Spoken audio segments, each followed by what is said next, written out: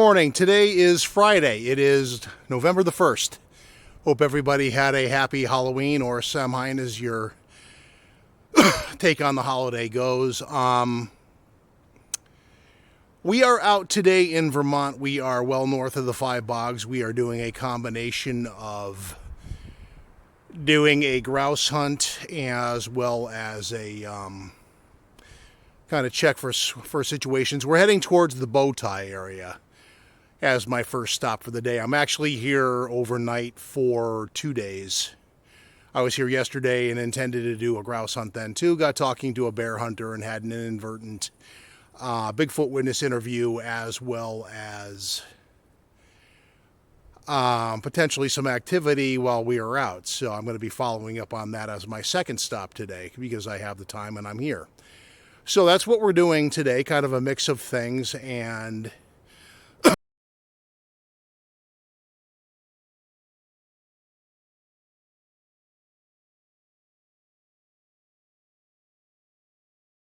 the Skoftics will have you believe that this is more the norm than it isn't. That people will, they want closure for something they saw, and they like, what the hell was that? More really than anything else. So that's my take on that. The other thing that happened yesterday, apparently, aside from being that, strangely quiet trope that you hear all too often, the other guy heard a low growl, and I know exactly where that. Not to mention the fact I saw 2 grouse in there yesterday.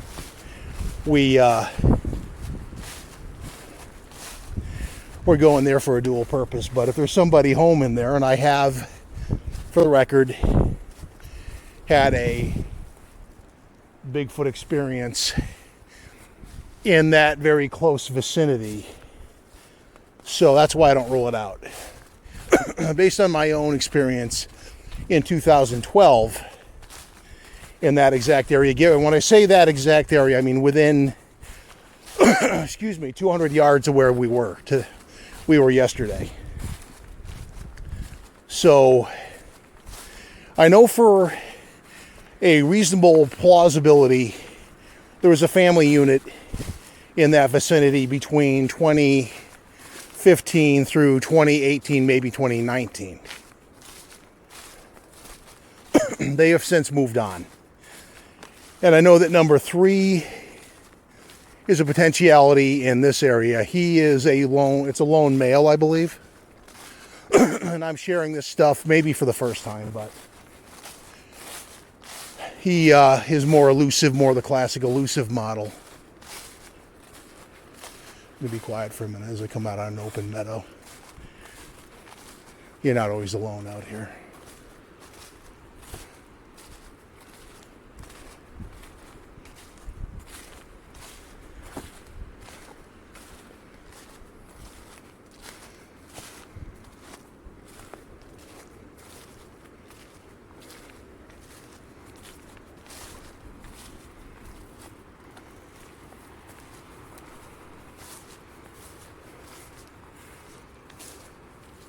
Seems like we are today, but let me actually get up and look over here first before we swear to that. But that's where we just came from, narrow little trail. I have been in here before in the summer and had a bear from right over there head off into the woods on me. So just because you don't initially see such things doesn't mean you're alone. So that is that. There may be something going on in that area. We're going back there after this. And that's what I have for now as far as Bigfoot related things. I am, like I said, I'm multitasking today, so my mind is going to be a little bit cluttered.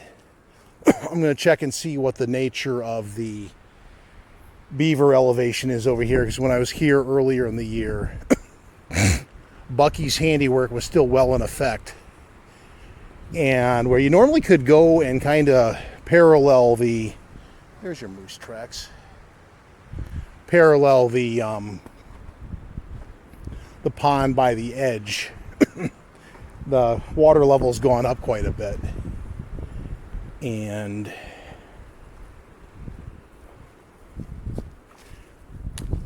you would be waiting at this point. So let's kind of like, again, do a quieter approach.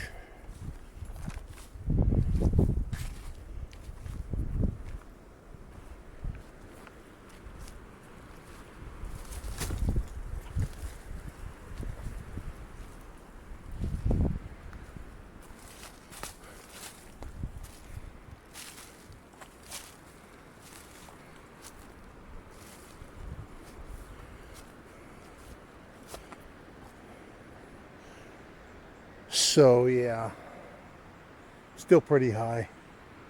No moose though. I have walked up. One of my earlier intro videos was taken here, and right over there was a bull moose heading off in that direction. Today we seem to be alone. I've also had a great blue heron and like bald eagle activity, and when I was here earlier in the year, you had the beaver having a wonderful time swimming around in his little swimming pool. So I'm going to take a segment break at this point and kind of hang out and see if anything does happen by, and take things from there. We will be back in a bit. And again, we are multitasking today, so ask that you bear with us. And we'll take things as they occur. We're in a different area, obviously. We are, excuse me, going to be walking up on a meadow we've been at before, checking conditions and signs of life in the far tree line. So, in the time that we missed, we have run into a pair of duck hunters, had a conversation with them. They were stalking a pair of Canadian geese, although one of them said, and I quote, "Goose tastes like shit," so they weren't going to shoot them because apparently goose tastes like shit. Fair enough. Admittedly never had it. I'll take their word for it. So, as of right now, that is really all I know about Bigfootery going on right now. But there was active. We're in the area right now where we had potential activity over in that direction. My crossbow being a pointer at this point. And scared out 2 grouse. So I'm going to make a pass through that area to see if I can scare them up again and see if I have any luck with that. If not, that's how that goes. It'd be the first time I was yapping to somebody on the way out and you scare up a couple and they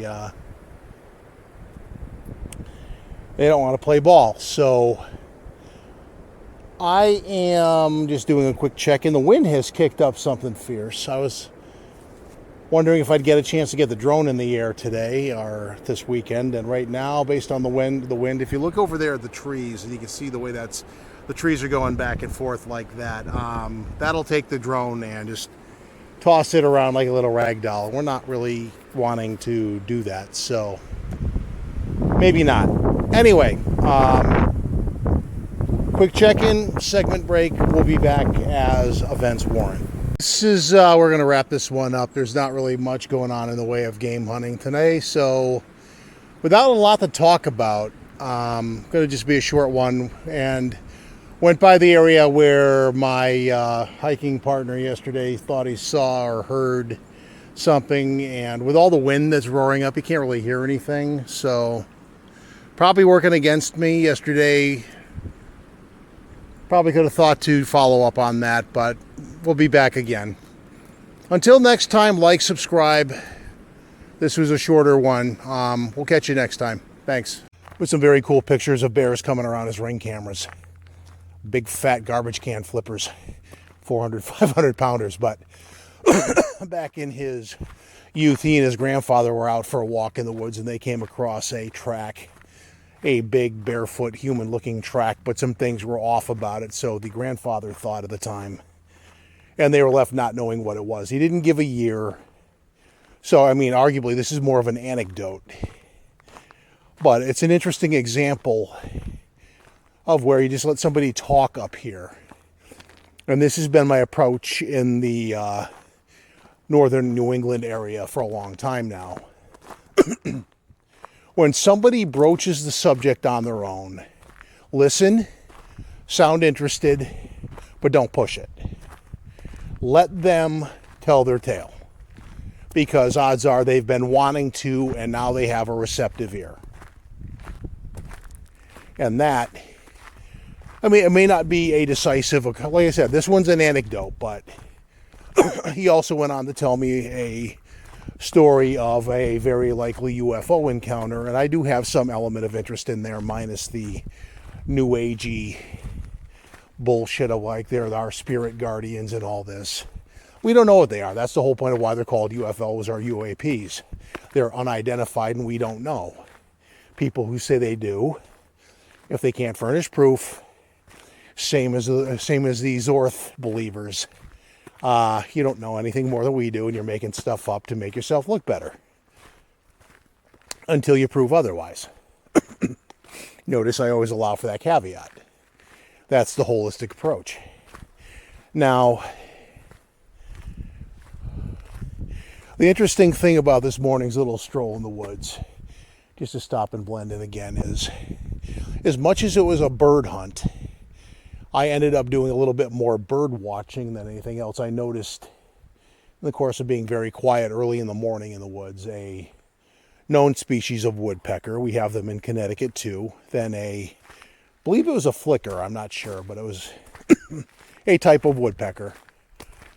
And if I had an old Nezra member here, he was a very accomplished bird watcher who could probably rhyme off the Greek naming convention for the species on top of the genus and all that.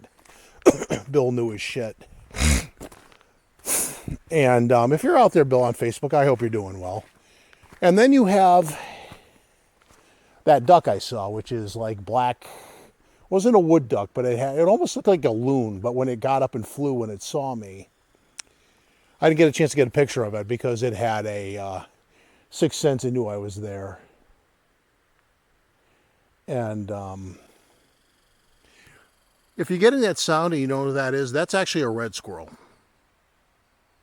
What's happening right now, right there from a forestry lesson, that's nature's little alarm system. A red squirrel sounding off, and behind him then the songbirds are carrying the alarm further back into the tree line because they hear me talking. And that happens all the time. If you think you're out here and nothing knows you're here, you're wrong. That's the sad reality of it. Either the birds or the squirrels hear you first, and they send the alarm down the line. That's happened forever. So little things like that, knowing the woods, knowing that little stick pile over there is not Bigfoot, because to make the point, there's a stick pile, there's the road. It's literally not even 20 feet. Bigfoot didn't do that. Gravity did. And yesterday we had a blustery ass day. So I'm going to blame the wind. Anyway, to wrap up this one, unless anything happens on the way between here and the door, nature's door anyway, is that I hope everyone had a happy Halloween. And I had 3 basically unsuccessful grouse hunts in a row. It is what it is. I mean, sometimes you get the grouse, sometimes you get the bear, sometimes they get you, or they're just not around. If I mentioned, day one I mentioned, if not, I'll mention it now. Last year, beavers were very active, and there was a lot of flooding, and the flooding may have done damage to a grouse's nesting grounds in here, and that could be reflective of this year's population. It's just retroactive cause and effect. Other than that, I'm not going to drone too much about the holistic approach because I had the example to offer, so I did that. So again, consider this kind of like an addendum to the last ones. But again, YouTube-wise, like, subscribe, leave some suggestions, criticisms, whatever. And going forward, barring that, I'm going to probably be doing a more combined circumstance through the month, mainly because it is hunting season and up until the end of December. And I have a new implement I just showed you to go and look forth for tasty forest chickens. And because of that, I'll be doing that, along with doing Bigfoot stuff and kind of having my eye out for both, which does tend to actually make you more alert. That sound is actually the red squirrel. It's like a warning sound. And if you're in Connecticut, I could demonstrate how a gray squirrel does it a little bit differently. But anyway, that's going to be it for this. Yeah, so we'll catch you next time. Like, subscribe, comment, criticize, all that kind of thing. And we'll catch you next time. And this one was kind of back and forth, but it was kind of like in bits and pieces because I had a mixed agenda of squatching and hunting. And maybe I had some activity on Friday, but it was very open to interpretation, as a lot of it is. So we'll catch you next time, and I'll probably be up here again next weekend, depending on weather. And until then, we'll catch you next time. Thanks for watching, and we'll see you. Bye.